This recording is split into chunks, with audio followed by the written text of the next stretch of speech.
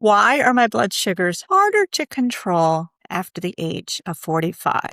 Well, this may not be just diabetes. It may be your changing hormones. And this is a very valid question and a curiosity a lot of women, including myself, as I was aging, experienced. So let's start with hormones, how they influence insulin sensitivity. So that very, very important hormone, estrogen, does impact how well our body utilizes insulin. So, understandably, when estrogen is dropping as we're aging or fluctuating, because that can be the frustrating part that can happen during some monthly cycles, again, after the age of 40, during perimenopause, during, again, the dipping of estrogen and the fluctuations of estrogen, this impacts how well insulin is actually working, which points to a little more frustration and how it can seem that blood sugars will be harder to manage. And estrogen during these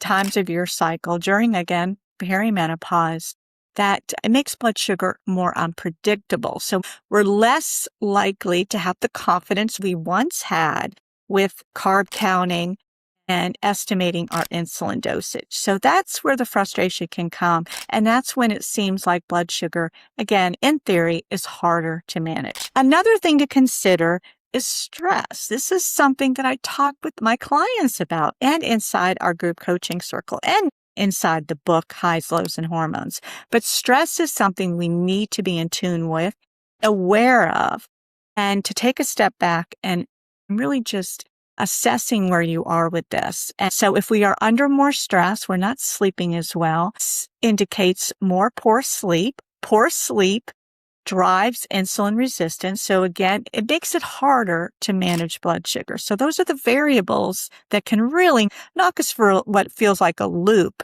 when, again, we're over the age of 40. So don't assume you're doing something wrong. If you're looking at all these different changes that may or may not be happening, the stress, the lower hormone, and poor sleep, this could be an indicator of why blood sugar is now a little bit harder to manage. So start looking at the whole picture, noticing the trends. Look at your data, look at your pump reports, look at your CGM reports to tie back the time of the month, the time of your cycle, and when blood sugar is a little bit more unmanageable.